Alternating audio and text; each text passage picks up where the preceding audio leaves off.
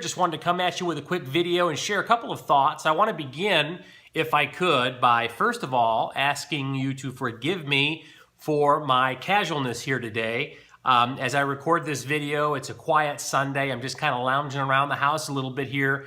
But I'm thinking about business, and I'm thinking about things that I think are critically important to the growth of our organizations. And so I wanted to share this with you and jump on. So forgive me for my casualness.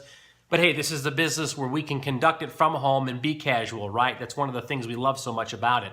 But I want to share with you, if I could, the concept of the fact that there are three parts to your business. And this is something that my mentor taught me 20 some odd years ago.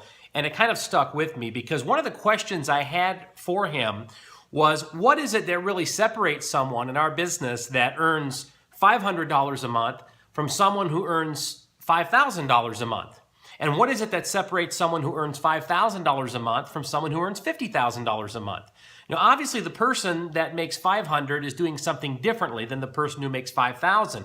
And the person who makes $5,000 is doing something differently from the person that makes $50,000. And he looked at me and said, Rick, I've got a great idea that I want to share with you that illustrates the point of the question that you ask. There are three parts to your business. And he said, I want you to imagine a circle, if you could, and the circle broken up into three parts. In fact, if you can visualize a peace sign inside of a circle, dividing the circle up into three parts. And here's what he basically said. He said, there's three parts to your business. The first part of your business are the products that you're bringing into the marketplace. It's the products that you're bringing into the marketplace. Now, look at the products. We have to know a few things about those products. You know, obviously what they are. We should use them. We should get testimonials. We want to know some basic bullet points. But that certainly is part of our business, the products. The second part of your business, he said, is going to be the compensation system. It's how we get paid in the compensation plan. It's how the bonuses work and the basic way of building and developing our organization.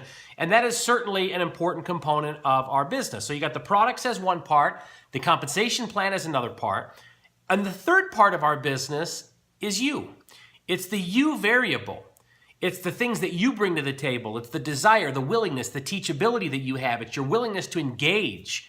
And so when you look at your business, there's basically three parts to it. There's the products, there's the compensation plan, and then there's the you variable.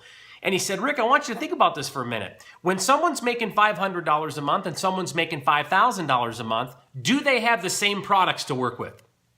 And I said, well, of course. He says, do they have the same compensation plan to work with? And I said, well, sure. He says, well, if the products are the same and the compensation plan is the same, the only other variable is what? It's the individual. It's what the individual does. It's the desire and the willingness and the teachability of the individual. Same thing applies to the person who's making $5,000 a month to the person who's making $50,000 a month. You know, what's different? The difference is in the you variable.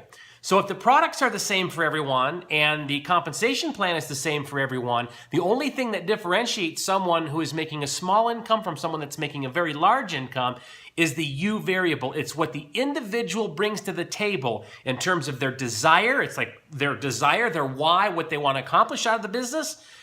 It's their willingness to engage. It's their willingness to get on the calls. It's their willingness to make the prospecting calls, to build a list, to launch their business, to engage, to learn all about the tools. It's that willingness factor to get involved and engage. And then, of course, it's how teachable are they? Are they willing to learn the business, understand how it works? Are they willing to submit their ego and work with someone who maybe has more success and more experience in this type of business than maybe they have?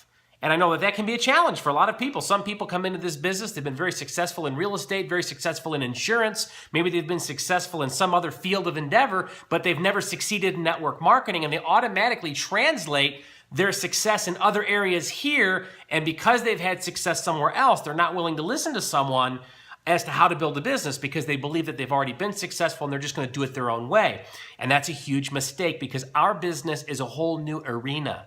In most cases, it needs to be simplified because of the nature of our business and not complicated. And a lot of people will bring complex skills to the table.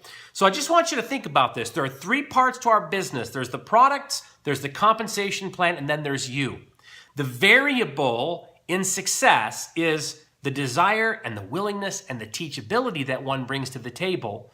And all of those components really are what separate someone who's developing this check from someone who's developing this check, and so on and so forth.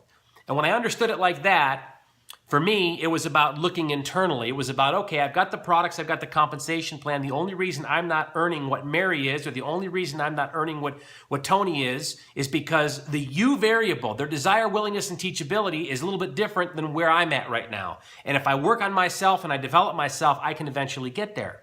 And there is hope in that for you if you want to be successful in this business. So I hope that in some way, shape, or form will provide some value and context to your business. Don't look outward, look inward as the solution to the success that you're looking for. Thanks for tuning in, and I will talk with you again here real soon. Rick Hager, signing out.